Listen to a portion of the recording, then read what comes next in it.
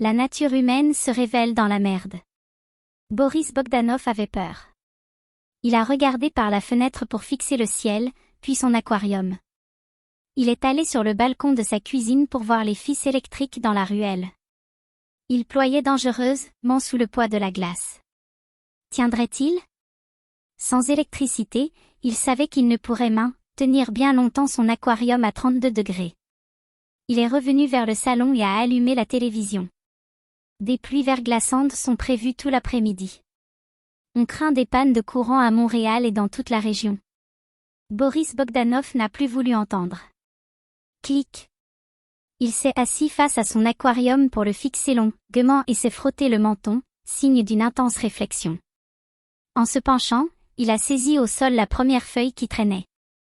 Au recto, elle était pleine de calculs. Il l'a retournée, elle était vierge. Il a attrapé sur le bureau une règle millimétrée et un crayon. Rapidement, il a dessiné une vue isométrique de l'aquarium. Il en a mesuré l'exact format. En quelques calculs, il en a su le volume. Pour Boris Bogdanov, ce genre de calcul est à l'arithmétique ce que le déhanchement du bassin est pour une danseuse, de la routine.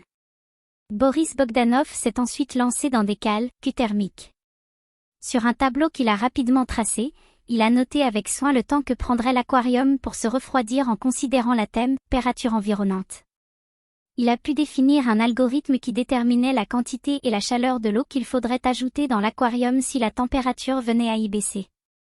S'il enlevait 1 litre d'eau à 31 degrés, il lui faudrait remettre 459 millilitres à 98 degrés pour que la totalité de l'aquarium revienne à 32 degrés. Il a continué ses calculs, en y incluant diverses pressions atmosphériques possibles, si l'eau tombait ensuite à 29, 28, 27, 26, 25, 24, 23 et 22 degrés. En dessous, il n'a pas eu le courage de l'envisager. Niais. Niais. Niais. La qualité des Russes, c'est qu'ils savent faire sans. Boris avait vécu 17 ans en Russie. Dans ses 10 premières années, il avait connu la dernière décade du régime communiste. Faire sans, il savait ce que c'était. Mais mieux encore, comme tout Russe dans la merde, il savait se débrouiller dans les situations de précarité, de première nécessité.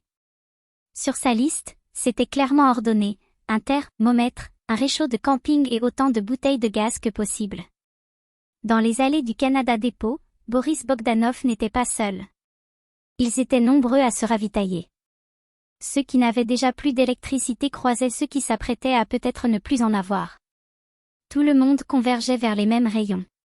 Certains se contentaient de ce qui leur était nécessaire.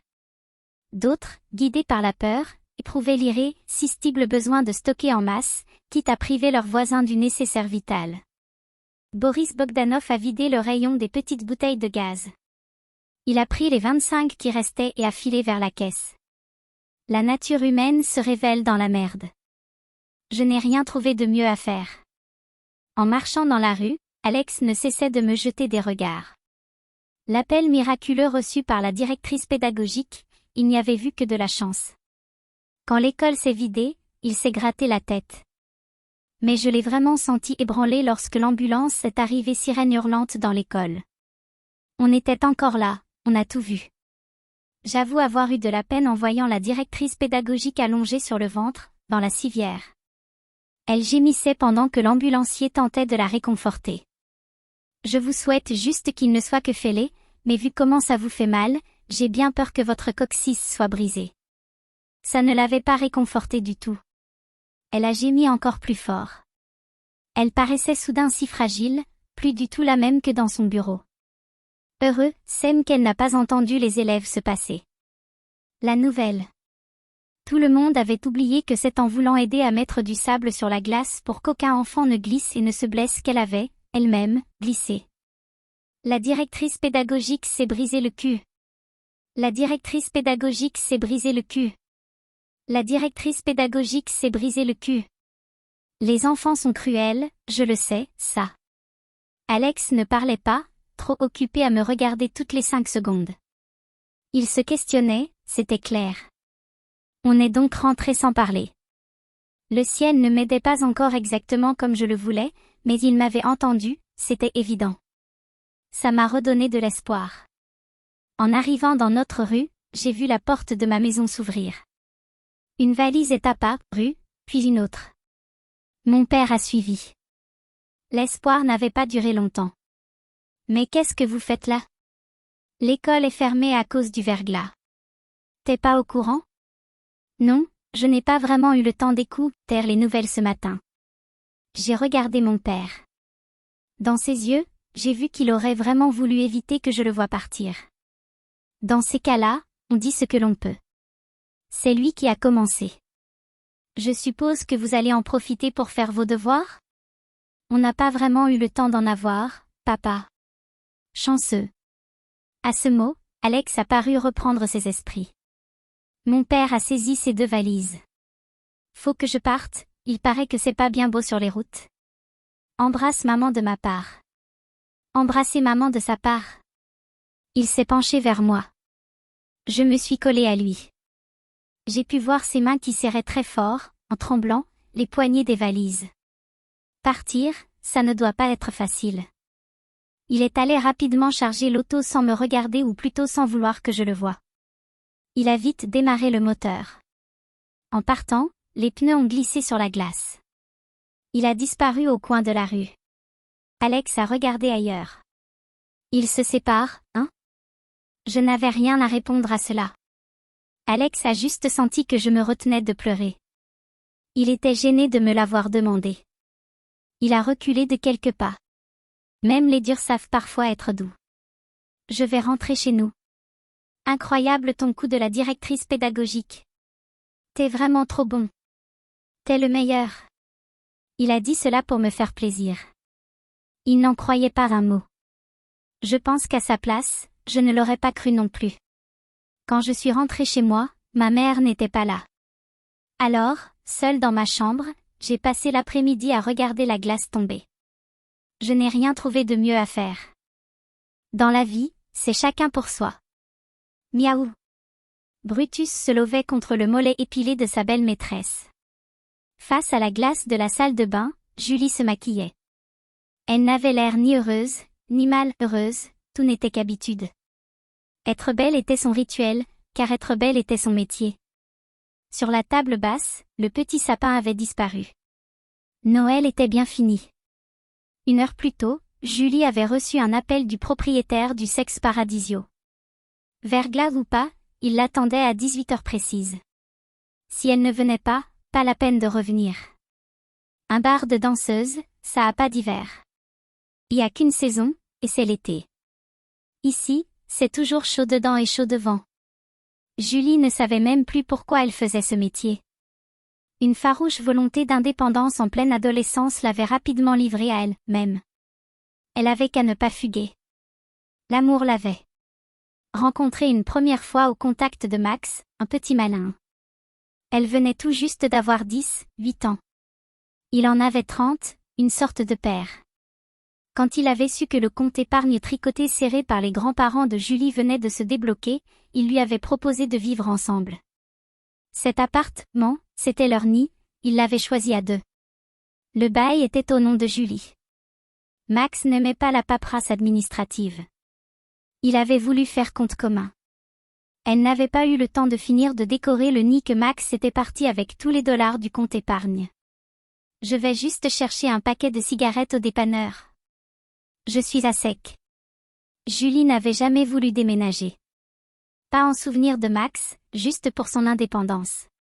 Elle ne voulait pas de coloc. Dans un premier temps, elle avait dû trouver un second emploi. Elle travaillait la journée dans un restaurant et le soir dans un bar. C'est beaucoup, surtout quand on travaille 7 jours sur 7. Elle n'avait plus le temps de vivre. Elle en avait parlé à un de ses clients qui lui avait dit qu'elle était bien trop belle pour se cacher derrière un comptoir. C'était le patron du Sex Paradisio. Il n'avait pas eu de mal à la convaincre qu'elle gagnerait 3 fois plus en travaillant 10 fois moins. Il ne lui avait pas menti. Lorsqu'on est jolie, avec une grosse poitrine, on a un bel avenir dans le métier. Tu le vois, le petit chauve, là-bas? Il peut serra, cher 300 piastres par soir. L'avenir, Julie ne cessait d'y penser. Elle avait compris qu'être danseuse, c'était accepter de ne pas exister. La femme sur scène qui se dévoilait aux yeux des hommes, ce n'était pas elle. Pourtant, même si c'était une autre qui arrivait à gagner jusqu'à 500 $ par soir, c'était bien elle, Julie, qui en déposait la moitié chaque semaine dans un compte épargne, en souvenir de ses grands-parents. Le patron du Sex Paradisio, qui se devait d'être dur avec ses filles, aimait beaucoup Julie. Elle était correcte avec lui, mais surtout elle était correcte avec les clients. Toujours souriante et aimable, c'était une vraie pro. Un exemple pour ses conseillers souvent trop frivoles, le nez dans la poudre ou accroché à des pains de seconde zone, une drogue encore plus dure. Avec Julie, tout était simple. C'est pour cela qu'il l'avait appelée et ne doutait pas de sa présence. Si tu ne viens pas, t'es viré. Menacer les filles, c'était son style de management. Mais il n'était pas assez fou pour se séparer de Julie qui aurait immédiatement fait le bonheur d'un concurrent. Elle s'était promis de n'exercer ce métier qu'un temps, mais des fois le temps dure longtemps. Pour l'instant, elle le laissait filer. Elle attendait juste le bon moment pour arrêter. Et il n'y a que l'amour, le vrai, pour vous faire quitter un emploi qui peut vous rapporter 500 $ par soir. Face à la glace, la tête de Julie s'est soudain élevée de 4 pouces. Elle venait d'enfiler une paire de bottes à hauts talons. Brutus ne pouvait plus se lever contre le chaud mollet, car le cuir, c'est froid. Il a rejoint ses congénères sur le divan. Le plus gros des deux ramollis, d'un seul coup de griffe, lui a fait comprendre qu'il n'était pas le bienvenu. Alors, il a erré dans la maison. Chez les chats aussi, il y a une hiérarchie, et Brutus était encore bien loin du sommet. Julie est sortie de la salle de bain vêtue d'une superbe robe moulante toute rouge, sa couleur préférée. Elle a décroché son manteau qu'elle a enfilé tout en se regardant une nouvelle fois dans un miroir, celui de l'entrée cette fois. Elle a ouvert la porte. Bye, les chats. Miaou. Seul Brutus a répondu. Quand on est en haut de la hiérarchie, on oublie souvent ceux qui vous y ont mené. C'est l'ingratitude des chats sur divan. On les prétend indépendants. Ils ne sont que profiteurs, comme les hommes, enfin ce qu'a toujours croit, c'est Julie. C'est pas très prudent, mademoiselle. Julie a sursauté. Même à 17h30, une femme seule est une femme seule. De son pas de porte, elle a, suspicieuse, regardé vers l'homme, chien en laisse, qui venait de l'apostropher. Je ne suis pas certain que ces souliers soient des plus appropriés avec ce qui nous tombe sur la tête. Surtout qu'on en annonce pour toute la nuit. T'es qui, toi? Je suis votre voisin d'accent grave côté, qui travaille à Météo Canada. Je te connais pas. C'est qu'on n'a pas les mêmes horaires, peut-être. Ce genre de sous-entendu, Julie ne les aimait pas. Toujours méfiante, elle a descendu les marches des escaliers de l'entrée en oubliant de refermer sa porte. Un regard lui a suffi pour lire Michel. Les hommes à femmes, elle les connaît. Son visage s'est aussitôt adouci. Qu'est-ce qu'ils ont, mes souliers? Vos souliers vous vont à merveille, mais j'ai vraiment peur que vous tombiez de plus haut encore. Les urgences sont pleines de gens qui ont glissé dans la rue. Une si belle femme allongée dans un lit avec un pied dans le plâtre. Quel gâchis! Julie a souri. Se retrouver face à un homme dont elle n'avait pas à se méfier, rien à craindre, ça lui faisait du bien. C'est que je n'ai pas de chaussures sans talons. Je ne sais pas marcher sans. Je comprends. Si vous avez l'habitude de les porter, ne prenez pas de risques inutiles. Le petit bichon maltais a remué la queue et s'est approché. Et voici Pipo. Julie n'a même pas pensé à sourire. Un taxi est arrivé à vive allure. Il a voulu faire le malin et il a glissé en freinant sèchement, et surtout bêtement, sur la glace. Les taxis pensent que les rues leur appartiennent parce qu'ils les connaissent mieux que quiconque. Mais ce que l'on croit connaître finit toujours par nous surprendre. Boum!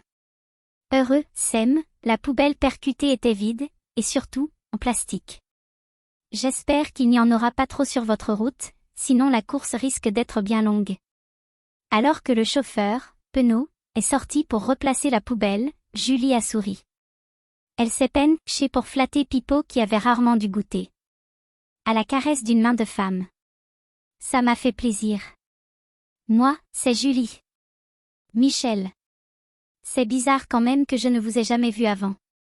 Ce chien me dit de quoi, mais je n'ai pas le souvenir de l'avoir vu avec vous. Michel a serré ses mâchoires.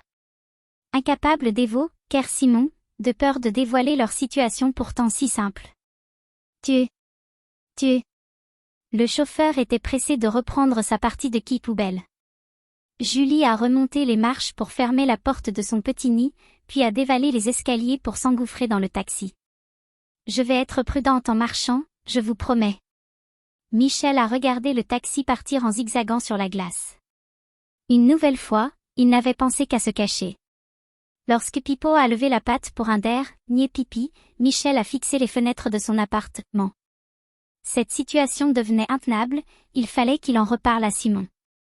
Boris Bogdanov aurait pu ouvrir sa fenêtre pour informer sa voisine d'en face de ce qui venait de se passer. Attention, votre petit chat vient de s'enfuir. Mais il ne fallait surtout pas compter sur lui. Ça l'aurait peut-être obligé à sortir pour aider à retrouver vers le chaton.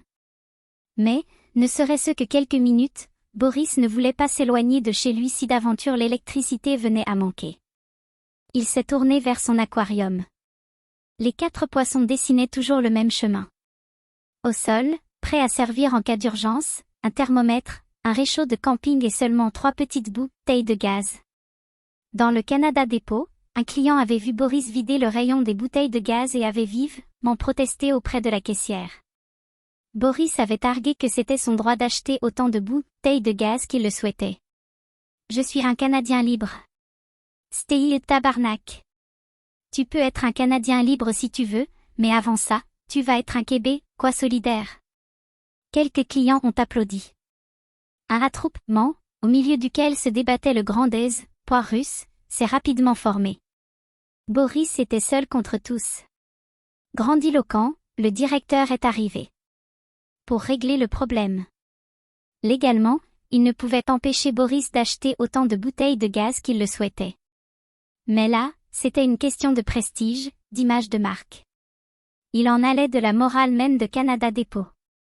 Ça n'était pas le moment d'avouer à ses clients que les affaires marchaient comme jamais, qu'il avait vendu tout son sel, tous ses pics à glace, toutes ses lampes de poche, toutes ses génératrices en stock, qu'il avait triplé sa commande livrable le lendemain et qu'il comptait tout écouler en une journée pour fracasser ses objectifs de vente, avec une belle prime à la clé pour lui. Jeune homme, en tant que directeur et vu la situation et ce qu'annonce la météo, je m'oppose à cet achat en masse. Revenez demain, je dois en recevoir. Ça me fera plaisir de vous en vendre. Le directeur du Canada Dépôt s'est tourné vers les clients qui ont tous approuvé. En général, c'est pour se plaindre qu'il s'adressait à lui. Il a savouré cet instant magique. Boris, avec son accent russe, a tout dit, mais ça n'était pas le bon accent le jour de la grande solidarité québécoise. Il a parlé de ses poissons, de sa théorie des nœuds, vitale pour lui. Il a sorti ses feuilles couvertes de calculs comme pliquées pour expliquer qu'avec une bouteille de gaz, si la température était à 0 degré dans son appartement, il ne pourrait maintenir à 32 degrés l'eau de l'aquarium que pendant 1h33 minutes. Le directeur a pris son temps pour répondre afin de s'assurer l'attention de tous les clients. Il a parlé très fort. Monsieur. Alors que des gens que nous tentons d'aider sont sans chauffage avec des enfants, que des personnes âgées souffrent du froid, vous prenez tout le gaz du magasin pour vos poissons. C'est scandaleux. Les clients ont applaudi à tout rompre. Le directeur du magasin, en pleine représentation, a enlevé lui-même 23 des 25 bouteilles de gaz du chariot de Boris qu'il a déposé avec soin devant la caisse, comme si c'était la nouvelle promotion du jour. Que ceux qui en ont besoin se servent. Mais pas plus de 2 par personne. Pensez aux autres. Boris, piteux, a poussé son chariot jusqu'à la caissière. Elle a saisi une bouteille pour en lire le prix. Elle a multiplié par 2 et s'est assurée que personne ne la voit. Elle a rapidement saisi une bouteille de gaz du gros tas qui couvrait sa caisse. Pour la glisser discrètement dans le sac de Boris. J'ai aussi des poissons, je sais ce que c'est. C'est un vrai sac de nœuds si on ne s'en occupe pas. Boris a salué cette solidarité topologique d'un simple hochement de tête, puis il est parti courir sous d'autres enseignes. Malheureusement, c'étaient des magasins à la clientèle québécoise non solidaire. Il n'a trouvé aucune autre bouteille de gaz. Les rayons étaient vides, d'autres égoïstes avaient tout pris. Face à son aquarium, Boris savait qu'il ne pourrait pas tenir plus de 4h30 si le verglas devait déclencher une panne d'électricité. Alors, le chat de sa voisine qui s'était enfui, il s'en moquait. Il a regardé, sans émotion, Brutus traverser la rue. Le chaton a eu de la chance, une voiture passait, mais ne l'a pas écrasé. Dans la vie, c'est chacun pour soi.